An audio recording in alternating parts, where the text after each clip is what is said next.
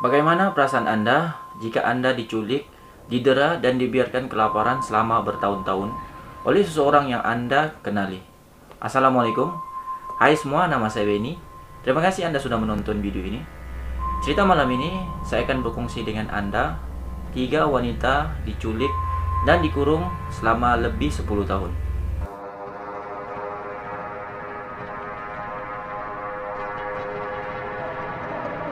Pada bulan Mei 2013, seorang wanita berusia 26 tahun yang dikenali sebagai Amanda Berry telah menelepon talian kecemasan untuk memberitahu bahwa dia telah berjaya menyelamatkan diri selepas menjadi mangsa penculikan untuk bertahun-tahun lamanya. Anda dengarkan baik-baik audio perbualan Amanda dengan talian kecemasan ini. Help me, I'm Amanda Berry. You need police, fire, or ambulance. I need police. Okay, and what's going on there? I've been kidnapped and I've been missing for 10 years and I'm here, I'm free now. What? Right, the police are on the way. Talk to them when they get there. Okay? I told you they're on the way. Talk to them when they get there, okay? All right, okay. Thank you. Bye. Peristiwa penculikan yang menggemparkan bandar Cleveland ini, Amanda bersama 2 orang lagi mangsa yaitu Gina DeJesus dan Michelle Knight telah diculik pada tahun berbeza oleh seorang lelaki yang dikenali sebagai Ariel Castro. Ariel Castro yang dilahirkan di Puerto Rico pada 10 Julai 1960 tinggal di sebuah rumah beralamat 2207 Seymour. Di rumah tersebut, dia tinggal bersama istri dan 4 orang anaknya. Berdasarkan rekod keganasan rumah tangganya, jelas sekali Ariel bukanlah seorang suami dan ayah yang baik. Dia pernah memukul istrinya hingga patah tangan, hidung, dan tulang rusuk. Akibat perangai buruk Ariel, istrinya telah meninggalkannya pada tahun 1996 dengan membawa semua anak-anak mereka. Pada tahun 2002, Michelle Knight, yaitu wanita yang sudah pun bergelar sebagai ibu kepada seorang anak ini, merupakan mangsa yang pertama yang diculik oleh Ariel, di mana ketika itu dia baru berusia 21 tahun. Dia menerima tumpangan kereta daripada Ariel, kemudian mengajaknya datang ke rumah untuk memberikannya seekor anjing buat dihadiahkan kepada anaknya. Michelle mempercayai Ariel memandangkan dia mengenali salah seorang anak Ariel. Setelah tiba di sana, malang tidak berbau untuk Michelle apabila dia telah terperangkap di rumah tersebut. Menjelang tahun 2003, Ariel menjadikan seorang lagi gadis remaja berusia 16 tahun sebagai mangsanya yang kedua. Pada waktu kejadian, mangsa yaitu Amanda Berry sedang dalam perjalanan pulang dari tempat kerjanya. Sama seperti Michelle, Amanda bersetuju untuk menerima tumpangan daripada Ariel karena dia juga mengenali anak Ariel. Yang menyedihkan, penculikan tersebut berlaku sehari sebelum ulang tahun kelahiran Amanda yang ke-17 tahun. Tahun 2004, giliran Gina DeJesus yang berusia 14 tahun pula diperdaya oleh Ariel. Gina merupakan rakan karib kepada anak Ariel sendiri yang bernama Arlene. Kali terakhir Gina dilihat adalah di sebuah pondok telepon sewaktu dalam perjalanan pulang daripada sekolahnya. Sepanjang tempo penculikan tersebut, Michelle, Amanda, dan Gina dikurung di bilik secara berasingan. Mereka dibelasah, didera, bahkan mereka dirogol secara berterusan.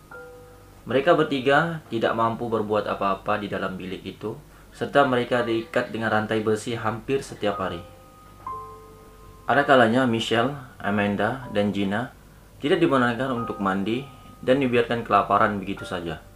Selain itu, Michelle juga dilaporkan telah mengalami keguguran kandungan sebanyak 5 kali akibat disiksa oleh Ariel dengan pelbagai cara.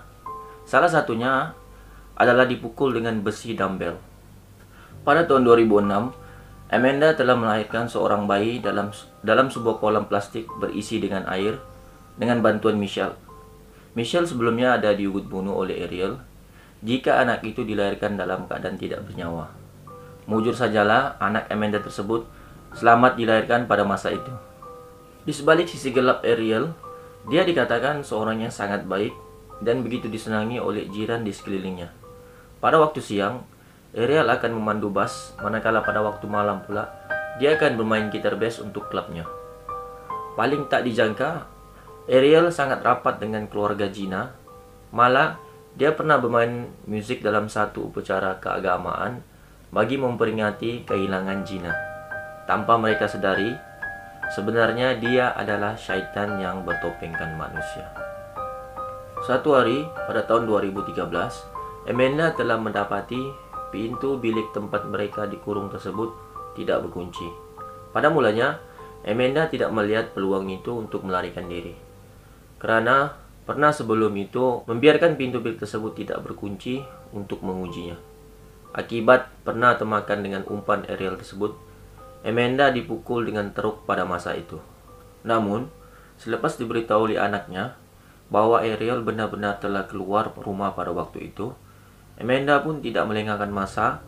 Dia terus berlari menuju ke pintu masuk utama.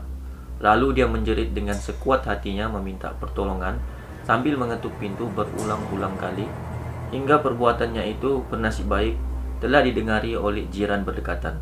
Jiran tersebut kemudian bertindak untuk memecahkan pintu rumah Ariel. Amanda dan anaknya berjaya keluar dari rumah tersebut. Amanda yang dalam ketakutan cepat-cepat berlari ke rumah jiran yang lain untuk menghubungi talian kecemasan. Akhirnya, pihak polis pun telah tiba di lokasi kejadian. Michelle dan Gina pun berjaya diselamatkan. Semua mangsa seterusnya telah dibawa ke hospital untuk mendapatkan rawatan selanjutnya. Manakala dengan Ariel pula, dia telah ditangkap oleh pihak polis. Menerusi pembicaraan kes di mahkamah, Ariel mengaku bersalah atas 937 pertuduhan yang merangkumi penculikan, rogol, dan pembunuh. Dia diperintah untuk menjalani hukuman penjara seumur hidup tanpa sebarang peluang parol. Namun selepas sebulan dipenjarakan, dia telah ditemui mati tergantung dengan kain selimut di dalam bilik selnya. Manakala rumah Ariel pula telah dirobohkan sepenuhnya pada bulan Agustus 2013.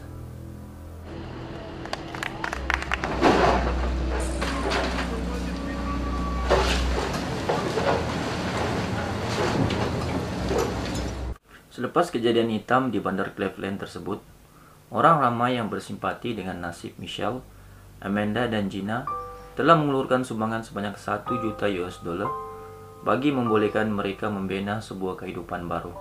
Sementara itu, Michelle yang kini telah menukar namanya sebagai Lily Rosley telah pun berkawin pada tahun 2016 lalu. Namun agak menyedihkan apabila dia disahkan tidak dapat lagi untuk mengandung, akibat kesan penderitaan yang dialaminya sebelum ini. Dia juga berharap pada suatu masa nanti akan dapat kembali bersama Amanda dan Gina yang kini mendedikasikan hidup mereka untuk membantu mangsa penculikan yang lain.